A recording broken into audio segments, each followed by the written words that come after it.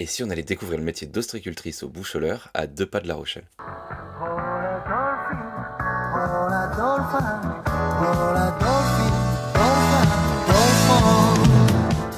J'ai donc rencontré Fanny, ostréicultrice et présidente des huîtres Charente-Maritime, dans son établissement, les Saveurs Nacrées. Et vous allez voir après ça, vous serez incollable sur les huîtres. Parfait pour frimer devant vos potes quand vous irez déguster des huîtres au bord de la mer. Donc là ce matin ils ont ramené des huîtres sauvages élevées sur tube.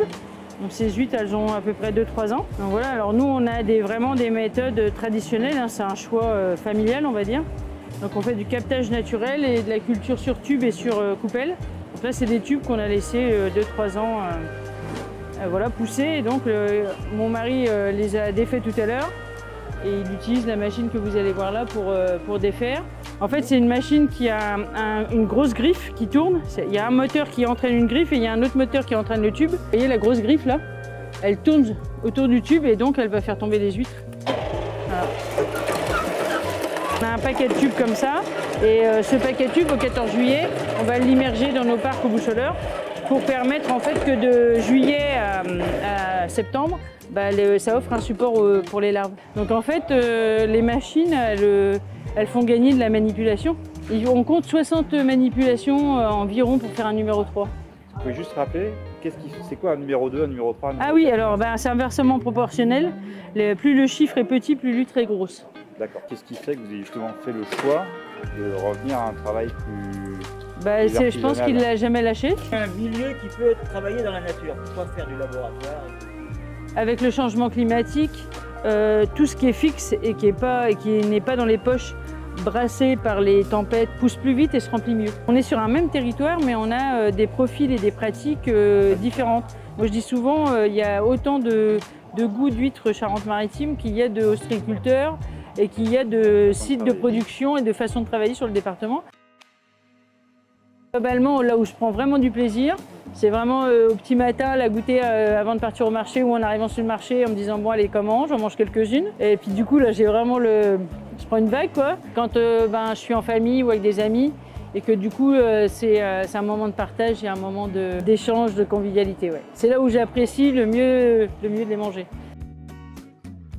Le meilleur c'est cru, hein, mais voilà. Pour les puristes.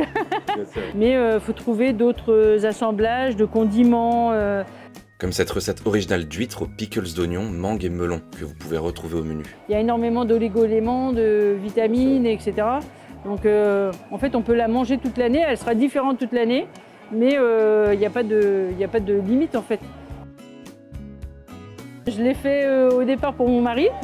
Ouais. Je l'ai fait par amour. J'ai fait toute ma carrière chez Decathlon pendant 19 ans. Et j'étais quand même proche avec l'esprit sportif, j'avais des valeurs de sport et de nature et voilà. Depuis que je fais les huîtres et que ma survie en dépend, sans rire vraiment, je peux vous dire, il y a 2 jours, j'ai dit à mon mari, l'eau de la réserve, il ne faudra pas l'utiliser pour les huîtres, elle n'est pas belle. Les huîtres ne seraient pas bien dedans. Je me suis reconnectée à la lecture de l'environnement en fait. J'ai récupéré ma part d'instinct. Je pense que le meilleur lieu pour apprendre, c'est d'aller sur les sites de production. Hein. Sur les 80 cabanes qu'on a ouvertes au public, il y a déjà pas mal de choses à faire parce qu'il y en a sur tout le département. Il y en a dans l'île de Ré, il y en a à Angoulême, il y en a ici. Moi, je faisais beaucoup de trail, donc moi j'aime bien prendre les sentiers, faire la falaise, aller jusqu'à Foura, sur le bord de mer, ou alors repartir d'ici et puis aller jusqu'à Angoulême, Étré, par les bords de mer. Tout moment de la journée, il y a la lumière et jamais la même sur la mer, et donc c'est hyper sympa quoi. Alors, ce qui est hyper important et ce dont on parle assez peu finalement sur l'aspect du métier, c'est les obligations sanitaires qu'on peut avoir. Donc c'est pas le coquillage en lui-même qui va nous rendre malades, c'est ce qu'il a mangé. Et donc ça, vous voyez, c'est ce qu'il y a là-haut, qu'elle a digéré et qu'elle a rejeté dans l'eau. Voilà. À partir du moment où on a fait cette purification, on peut vendre les huîtres, le protocole sanitaire est respecté. D'ailleurs, Fanny va vous expliquer comment ouvrir les huîtres, vous allez voir, rien de plus simple.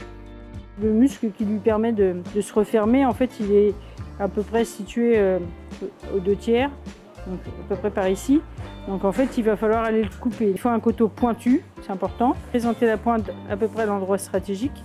Et du coup, normalement, il ne faut pas forcer beaucoup. Vous voyez, là, ça y est, je suis rentrée. Voilà. fois qu'on a rentré la pointe, on va faire des petits mouvements d'oscillation et voilà, ça y est, c'est fini. C'est ce muscle-là qu'il va falloir, qui a un très bon goût de noisette, très croquant. Et vous voyez où il est situé à peu près, voilà. Ici, j'ai même pas besoin de forcer.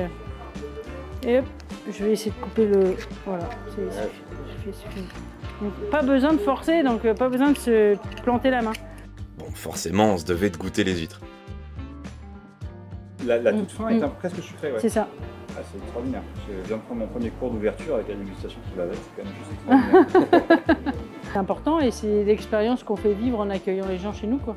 Enfin, je veux dire, si on se différencie pas pour attirer les gens, de leur faire vivre une expérience immersive différente, on sera tous des stations balnéaires qui n'ont pas de valeur ajoutée plus que d'être en bord de mer, et on raconte plus une histoire qui s'est transmise à travers les siècles. Et on n'a pas de spécificité. Alors voilà, sur nos côtes, on a besoin aussi de vendre une expérience, des produits régionaux, un art de vivre. Sur nos côtes, on passe pas notre temps sur la plage à se baigner. Et on a choisi de commercialiser, de faire de la pédagogie, d'ouvrir notre établissement et de vendre les huîtres différemment, en dégustation, aussi en moment pédagogique avec des groupes. Et puis bah, voilà, dernière nouveauté, on a mis le distributeur automatique. Et des fois, la porte est ouverte et je dis aux gens, n'allez pas au distributeur, ça sert à rien, après je vais être obligée d'aller le remplir. Venez, je vais vous servir votre douzaine d'huîtres, on va parler, on va passer un moment. Mais si je ne suis pas disponible, les gens ils viennent à n'importe quelle heure, ils ont leurs huîtres. Alors si vous voulez rencontrer Fanny, en apprendre plus sur le métier d'ostréicultrice et à votre tour déguster ces délicieuses huîtres au bord de la mer, je vous donne rendez-vous sur le blog Voyage en France où vous retrouverez toutes les meilleures adresses en Charente-Maritime.